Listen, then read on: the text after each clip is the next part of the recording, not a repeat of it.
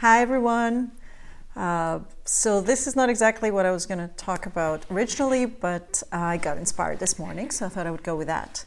So for the past couple of weeks, I've come across, as I'm sure you have, lots of posts about how to make the most of the new year. And there are usually two kinds of posts. On the one hand, you have posts that are intended to be encouraging and inspirational and empowering, offering tips and practices and habits and tools that can help you start the year with the right energy, or posts about how to set goals, how to be intentional, and I've written some of those myself. And then there are posts that are the exact opposite of those that I just mentioned. In fact, kind of contradicting or dissing the first kind of posts. They question the concept of the new year being an opportunity for a fresh start because, every day is the opportunity for a fresh start. Or questioning the value of goal setting because it's too rigid or sets us up to fail, or, New Year's resolutions create too much pressure on people. And usually they're followed by, that person's own version of what's right for us, what we should be doing. Now, each side has valid arguments. The first type of post can get a bit overwhelming and even repetitive sometimes. The second type can be radical for the sake of being radical, but not always constructive. But both have they make valid points. And I'm not here to pick sides, but what I find more interesting is reflecting on how to approach all that information out there. So here's how I like to think about it in case it's helpful. My first thought is around the power of choice. Now, when I was going through my coaching training at Coactive, one of the foundational principles is that people are what we call naturally creative, resourceful, and whole. This means that, with the exception of, people who suffer from mental illness or who have deep trauma, the average adult doesn't need anyone to fix them. They can be trusted to know what's best for them. We say they're the experts of their own life, and we can trust them to choose the action and to take the action that's gonna help them pursue what's best for them. So as coaches, we fundamentally believe that about our clients, and we're there to support them in that process, not to tell them what's best for them. And by the way, this principle has helped me immensely in my life beyond coaching, in relationships, in everyday life. It's really helped me not feel responsible for other people's choices and happiness. But that's the topic for another video.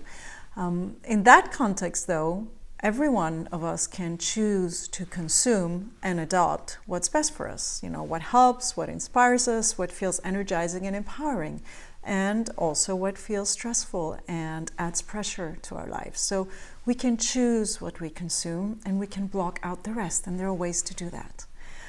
The second thought is, how do we choose what we consume? And everyone can have their own set of criteria here, but here are my top two for what it's worth. Number one is I look at intention. So I only follow people whose content I believe is coming from a place of service and not from a place of self-service. That doesn't mean that people shouldn't be promoting their services, right? Absolutely. I mean, how else are we going to know about, what's available out there? But even that can be done from a place of service. And if you add value and that value resonates with me and is useful to me, then I listen. The second thing I look at is expertise. Like, do you know your stuff? And one tip I have for this area is simplicity. I find that simplicity is a pretty good indicator of expertise and credibility. Like, you have to really know your stuff in order to be able to express it in simple language, in simple terms. And I'd like to give an example here is, it's a podcast I follow called the Huberman Lab. And the host, Andrew Huberman, is a medical doctor. He's a Stanford professor, I believe. And he and his experts talk about often really complex concepts and topics, and they're always research-based. But by listening to them, you hardly, ever get lost, even when they describe research studies and clinical trials and the like, because they're able to express that in very simple, understandable terms. And the third criterion for that I have, for how to deal with all the information that's out there is to keep it simple, right? So know when to stop. That's not an easy one because there is so much temptation to consume. There's so much material out there. And here I'd like to give a shout out to my dear, dear friend and coach, Amel Deregi, who told me a trick. When you find yourself consuming and not implementing and not processing any of that, then it's time to take a break and go back. Go back to what you've consumed and, do something with it or not. But, pause and go back. So if you take away anything from today's video, it's that you have the power to choose what works for you. You know what's best for you, and you can tune out the rest. And I trust you to do that.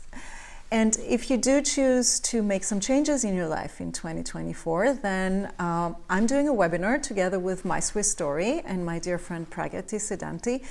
And it is next week. I'll put the link in the comments, and it's about the mindset of reinvention. And that's really about, the different mindset shifts that are important when you're considering making changes in your life. I hope you can make it. I really look forward to seeing you there. I think you'll find it valuable, and it's going to be interactive, so we can exchange a lot of ideas. And yeah, I will talk a bit more about reinvention in the next couple of videos, and I look forward to seeing you again tomorrow. Bye for now.